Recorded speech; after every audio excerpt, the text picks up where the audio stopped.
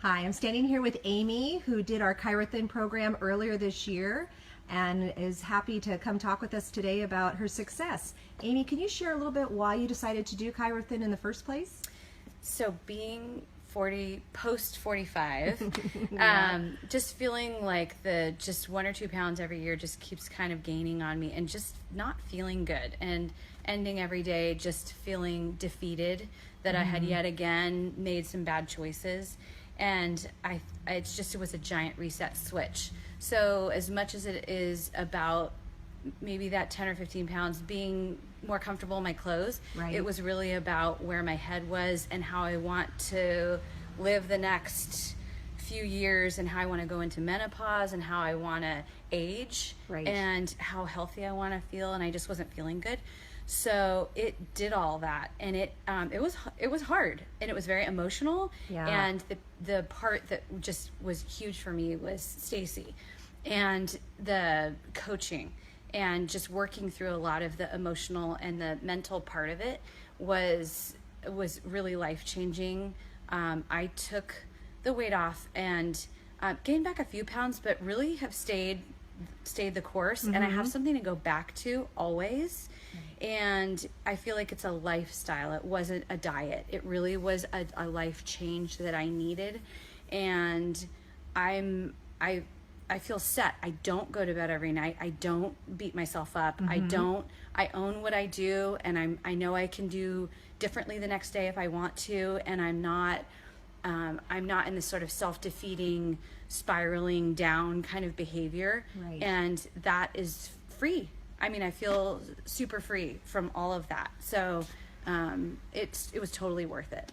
That is really powerful. So one of the things you're really talking about that I hear is mindfulness. Yes. So people come into the program and they have an idea of like the number on the scale and what they want to lose. But really, you're talking about something much bigger than that, because there's such an emotional factor to weight loss. And you don't have to divulge any of your personal things, but why do you think that kept coming up for you? Like what is it about the emotional piece that shows up, and then what is it about sort of the coaching and the program that helped push you past any hurdles maybe you had, or any setbacks or things along those lines?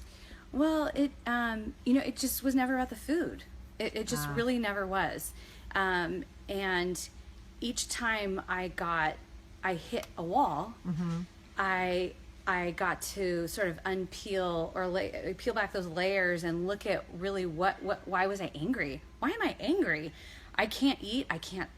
I want to snack, like I want to eat my arm off. And what's that about? So then I had to sit with myself. And that is hard to do. Yes. And what are my go-tos? What are my little vices? What am I avoiding? All of that stuff came up. And that's really what I was dealing with. And that is where I think, Stacy, you coached me through all of that, and helped me sit with it and work through it. So I don't have to go back there. Right. I kind of just got it out. Yeah. And again, it's not the number on the scale. Yeah. It's how you feel about yourself, and certainly feeling better and not having those higher numbers felt better. But I'm not defining myself by that right now. And shockingly, I don't even think about it anymore, really. And it's just stayed off. It's stayed off. It sounds like you've almost like sort of released a monkey on the back that maybe was on for a long time. Yeah. Because there is such a mental component to that weight loss. And when we can let go of why it is that we get stuck, and then, like you said, you have a framework to continue to come back to. Right. You can still enjoy your life. It's not like you're depriving yourself all the time. No. And No, and really thinking about what goes into what you think about food. There's, how you grew up.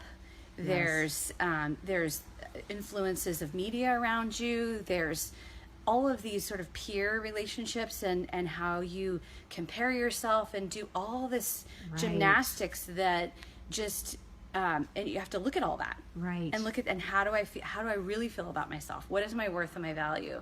And it is tied up. Food is part of it, but it is really how you feel about yourself. And I'm going to eat differently if I feel good about myself.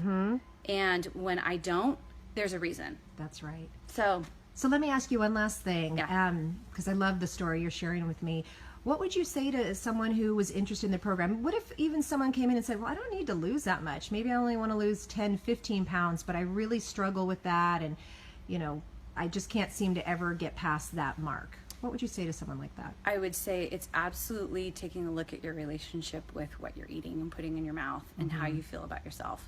And that is, it nothing to do with the numbers and the food. Right. It really doesn't. And that's where you differ from everybody else that's out there, because I've been on those dumb diets and I have starved myself to death. And the minute I'm done, I'm diving back into something else. Yes. So this wasn't a starvation diet? Because that seems no. to be a bias that people who don't know much about it. It was self-care. It was the ultimate self-care for me. And I really don't feel like it was a diet at all, because it's something that I'm carrying forward.